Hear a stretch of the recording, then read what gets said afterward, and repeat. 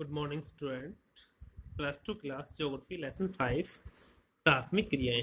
तो देखते हैं हम इसके बारे में। लेसन 5 स्टार्ट करेंगे। तो मानव के वो कार्य क्रियाकलाप जिनसे आय प्राप्त होती है, मीन्स इनकम होती है, आर्थिक क्रिया कहा जाता है। इकोनॉमी एक्टिविटी कहते हैं जिसे। आर्थिक क्रिया को मुख्य 4 वर्गों में विभाजित किया जाता है। तो प्राइमरी, सेकेंडरी, टर्शियरी, क्वार्टरी क्रियाएं।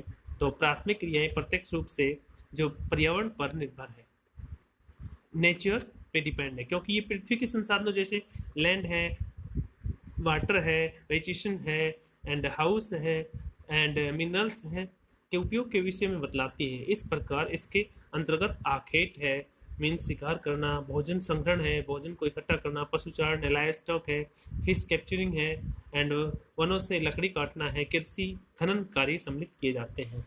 तो आखेट एवं भोजन संग्रहण। तो मानव सभ्यता के आरंभिक युग में आदि मानव अपने जीवन निर्वाह के लिए अपने समीप के वातावरण पर निर्भर रहता था। उनका जीवन निर्वाह 2 कार्यों पर होता था। पहला है कि पशुओं का आखेट मीन्स शिकार करना, दूसरा है अपने समीप समीप के जंगलों से खाने योग्य जंगली पौधे, कंदमूल आदि को एकत्रित करना, मीन्स फूल पत्तियां। आदि मानव आदिम काल समाज जंगली पशुओं पर निर्भर था। अतिशीत एवं अत्यधिक गर्म प्रदेशों के रहने वाले लोग आखेट द्वारा जीवन यापन करते थे। तकनीकी विकास के कारण यद्यपि मत्स्य ग्रहण आधुनिकरण से युक्त हो गया, तथापि तटवर्ती क्षेत्रों में रहने वाले लोग जब भी मछली पकड़ने का कार्य करते थे, अवैध शिकार के कारण जीवों की कई प्रजातियां या तो लुप्त हो गई या संकटापन्न है। प्राचीन काल के आखेट पत्थर या लकड़ी के बने औजारों एवं तीर इत्यादि का प्रयोग करते थे, जिससे मारे जाने वाले पशुओं की संख्या सीमित रहती थी। भारत में शिकार पर क्यों प्रतिबंध लगाया गया? भोजन संग्रहण एवं आखेट प्राचीनतम ज्ञात आर्थिक क्रियाएं हैं। विश्व के विभिन्न भागों में एक कार्य विभिन्न स्तरों पर विभिन्न रूपों में किया जाता है। यह कार्य कठोर जलवायु दशाओं में किया जाता है। इसे अधिकतर आदिम कालीन समाज के लोग करते हैं। ये लोग भोजन, वस्त्र, शरण की आवश्यकता की पूर्ति हेतु पशुओं एवं वनस्पतियों का संग्रहण करते हैं। इस कार्य के लिए बहुत कम पूंजी, निम्न स्तरीय तकनीकी ज्ञान की आवश्यकता होती है।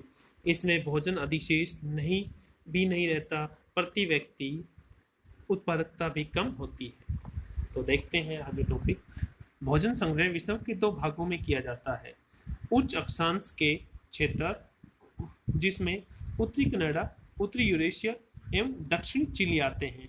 निम्न अक्षांश के क्षेत्र, जिसमें अमेजन बेसिन, उष्णकटिबंधीय अफ्रीका, ऑस्ट्रेलिया एवं दक्षिणी पूर्वी एशिया का आंतरिक प्रदेश आता है।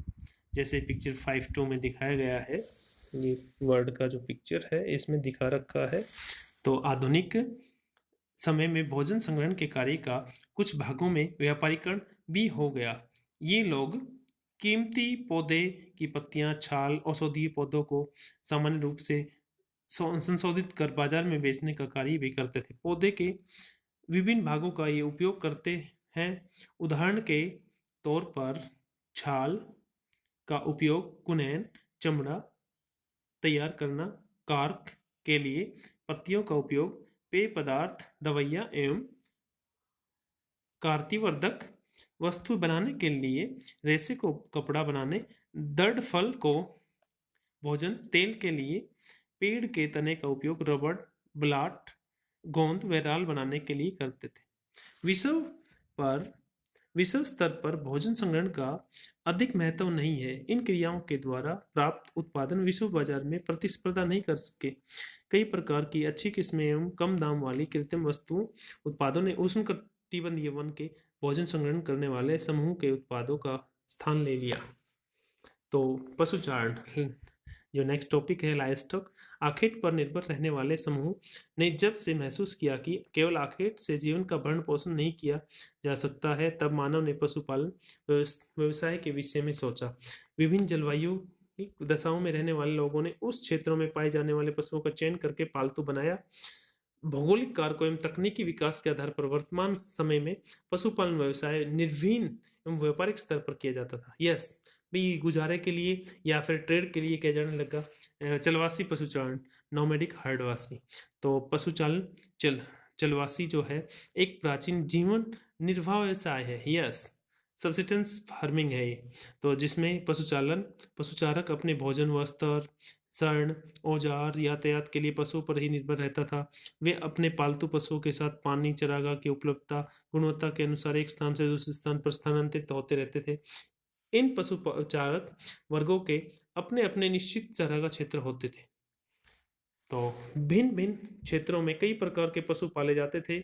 उष्णकटिबंधीय अफ्रीका में गाय, बैल पशु प्रमुख पशु थे, जबकि सहारा एवं एशिया के मरुस्थलों में भेड़, बकरी, ऊंट पाला जाता था। तिब्बत एवं एंडीज के पर्वतीय भागों में याक व लामा एवं आर्कटिक और उप उत्तरी ध्रुवीय प्रदेशों में रेंडियर पाला जाता था। चलवासी पशुचारण के 3 प्रमुख क्षेत्र है। इसका प्रमुख क्षेत्र उत्तरी अफ्रीका के अटलांटिक तट से अरब प्रायद्वीपीय होता हुआ मंगोलिया एवं मध्य चीन तक फैला है। दूसरा क्षेत्र यूरोप एवं एशिया के टुंड्रा प्रदेश है, जबकि तीसरा क्षेत्र दक्षिणी गोलार्ध में दक्षिणी पश्चिमी अफ्रीका और मेडागास्कर द्वीप पर है।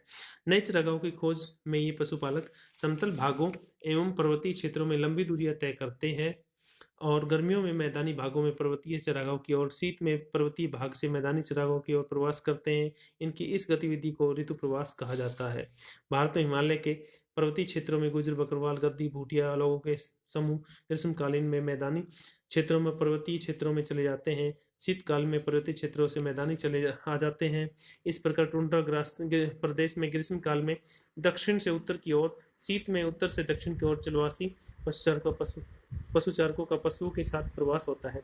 चलवासी पशुचारकों की संख्या अब घट रही है एवं उनके द्वारा प्रयोग में लाए गए क्षेत्र भी बहुत ही कमी हो रही है। इसके 2 कारण है। पहला, राजनीतिक सीमाओं का अधिरोपण और कई प्रदेशों द्वारा नई बस्तियों की योजना बनाना। बस, थैंक यू। आज बस